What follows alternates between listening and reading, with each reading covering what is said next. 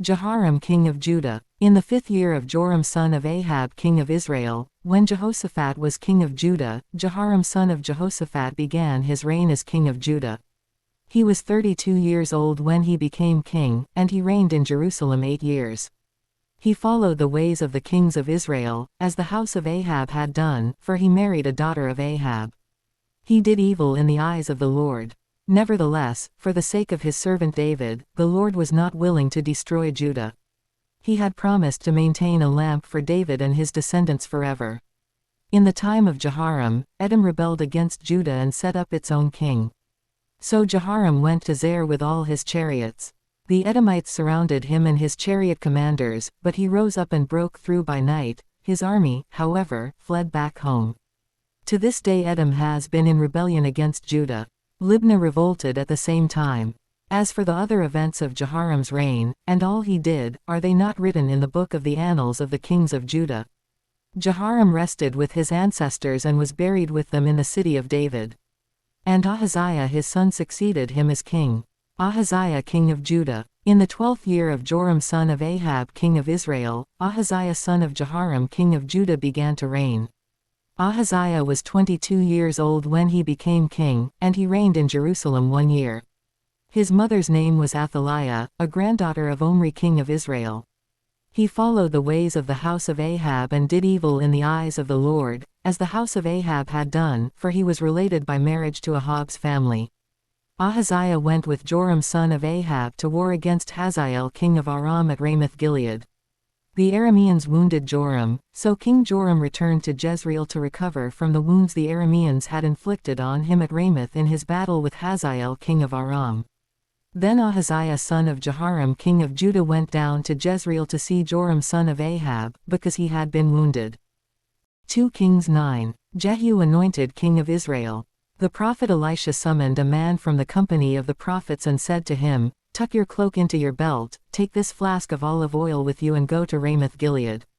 When you get there, look for Jehu son of Jehoshaphat, the son of Nimshi. Go to him, get him away from his companions and take him into an inner room.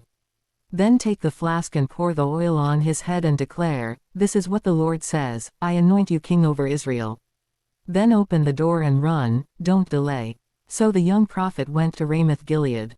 When he arrived, he found the army officers sitting together.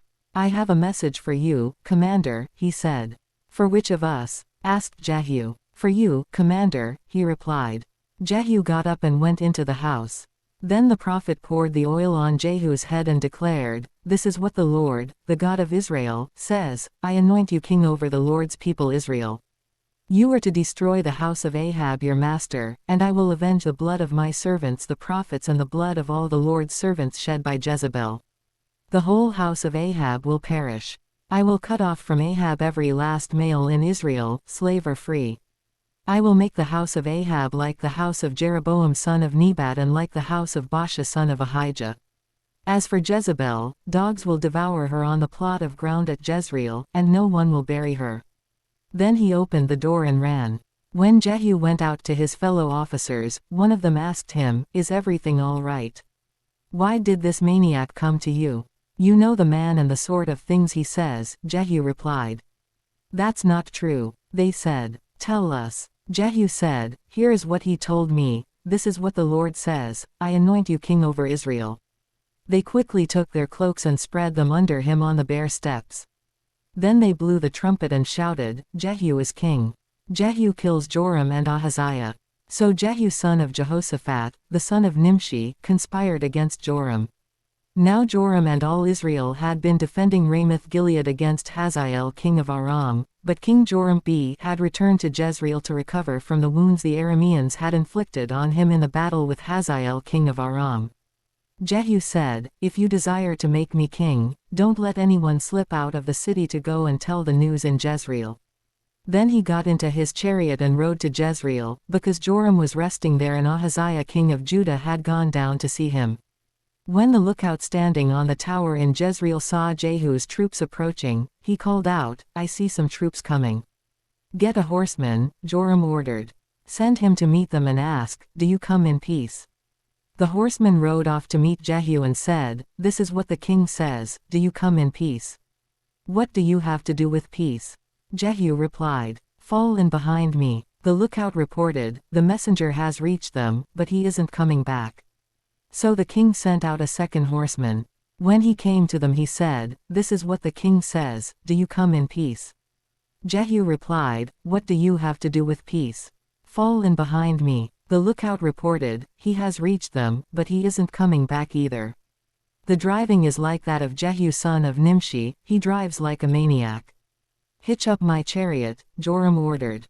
And when it was hitched up, Joram king of Israel and Ahaziah king of Judah rode out, each in his own chariot, to meet Jehu. They met him at the plot of ground that had belonged to Naboth the Jezreelite. When Joram saw Jehu he asked, Have you come in peace, Jehu?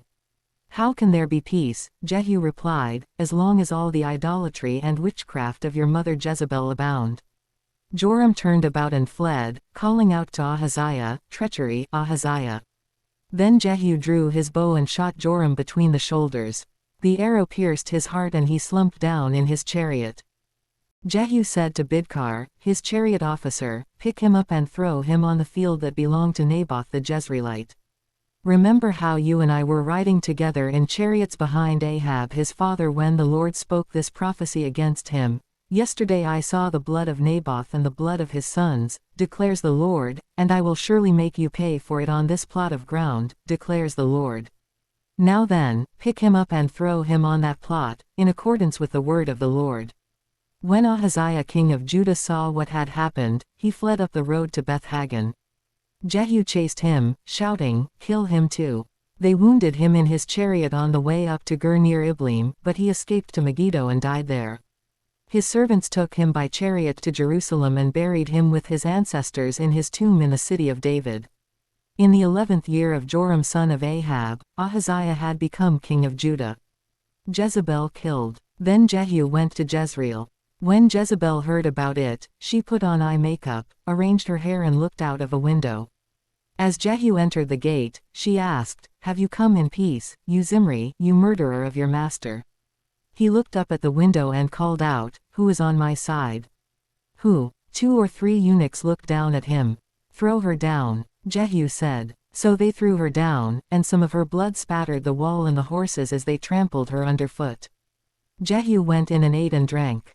Take care of that cursed woman, he said, and bury her, for she was a king's daughter. But when they went out to bury her, they found nothing except her skull, her feet and her hands. They went back and told Jehu, who said, This is the word of the Lord that he spoke through his servant Elijah the Tishbite, On the plot of ground at Jezreel dogs will devour Jezebel's flesh. Jezebel's body will be like dung on the ground in the plot at Jezreel, so that no one will be able to say, This is Jezebel. 2 Kings 10. Ahab's family killed. Now there were in Samaria 70 sons of the house of Ahab. So Jehu wrote letters and sent them to Samaria, to the officials of Jezreel, to the elders and to the guardians of Ahab's children. He said, You have your master's sons with you and you have chariots and horses, a fortified city and weapons. Now as soon as this letter reaches you, choose the best and most worthy of your master's sons and set him on his father's throne. Then fight for your master's house. But they were terrified and said, If 2 kings could not resist him, how can we? So the palace administrator, the city governor, the elders and the guardians sent this message to Jehu, We are your servants and we will do anything you say. We will not appoint anyone as king, you do whatever you think best. Then Jehu wrote them a second letter, saying, If you are on my side and will obey me, take the heads of your master's sons and come to me in Jezreel by this time tomorrow. Now the royal princes, 70 of them, were with the leading men of the city, who were rearing them. When the letter arrived, these men took the princes and slaughtered all 70 of them. They put their heads in baskets and sent them to Jehu in Jezreel. When the messenger arrived, he told Jehu, They have brought the heads of the princes. Then Jehu ordered, Put them in 2 piles at the entrance of the city gate until morning. The next morning Jehu went out. He stood before all the people and said, You are innocent. It was I who conspired against my master and killed him, but who killed all these? Know, then, that not a word the Lord has spoken against the house of Ahab will fail. The Lord has done what he announced through his servant Elijah. So Jehu killed everyone in Jezreel who remained of the house of Ahab, as well as all his chief men, his close friends and his priests, leaving him no survivor. Jehu then set out and went toward Samaria. At Beth-Eked of the shepherds, he met some relatives of Ahaziah king of Judah and asked, "Who are you?" They said, "We are relatives of Ahaziah, and we have come down to greet the families of the king and of the queen mother." "Take them alive," he ordered. So they took them alive and slaughtered them by the well of Beth-Eked, 42 of them. He left no survivor. After he left there, he came upon Jehonadab son of Rechab, who was on his way to meet him. Jehu greeted him and said, "Are you in accord with me, as I am with you?" "I am," Jehonadab answered. "If so," said Jehu, "give me your hand." So he did, and Jehu helped him up into the chariot. Jehu said, "Come with me and see my zeal for the Lord." Then he had him ride along in his chariot. When Jehu came to Samaria, he killed all who were left there of Ahab's family, he destroyed them, according to the word of the Lord spoken to Elijah. Servants of Baal killed. Then Jehu brought all the people together and said to them, "Ahab served Baal a little, Jehu will serve him much. Now summon all the prophets of Baal, all his servants and all his priests. See that no one is missing, because I am going to hold a great sacrifice for Baal. Anyone who fails to come will no longer live." But Jehu was acting deceptively in order to destroy the servants of Baal. Jehu said, "Call an assembly in honor of Baal." So they proclaimed it. Then he sent word throughout Israel, and all the servants of Baal came, not one stayed away. They crowded into the temple of Baal until it was full from one end to the other.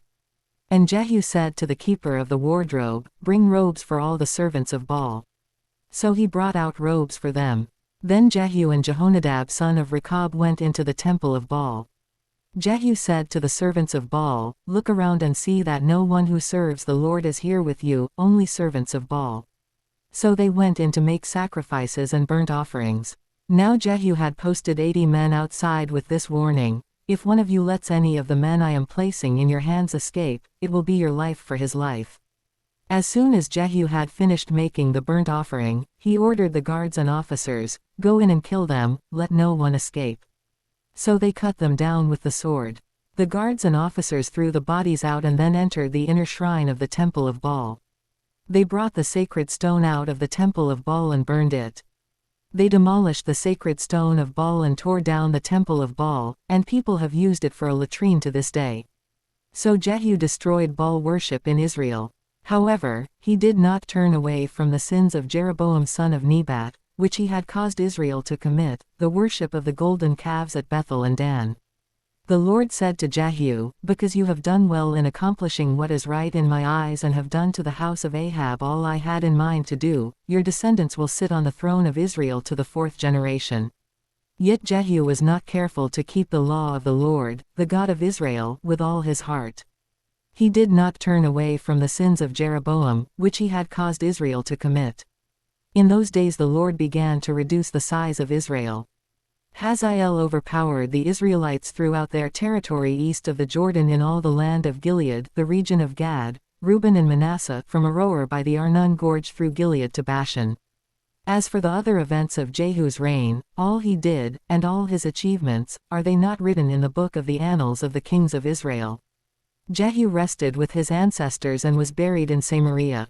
And Jehoahaz his son succeeded him as king. The time that Jehu reigned over Israel in Samaria was 28 years.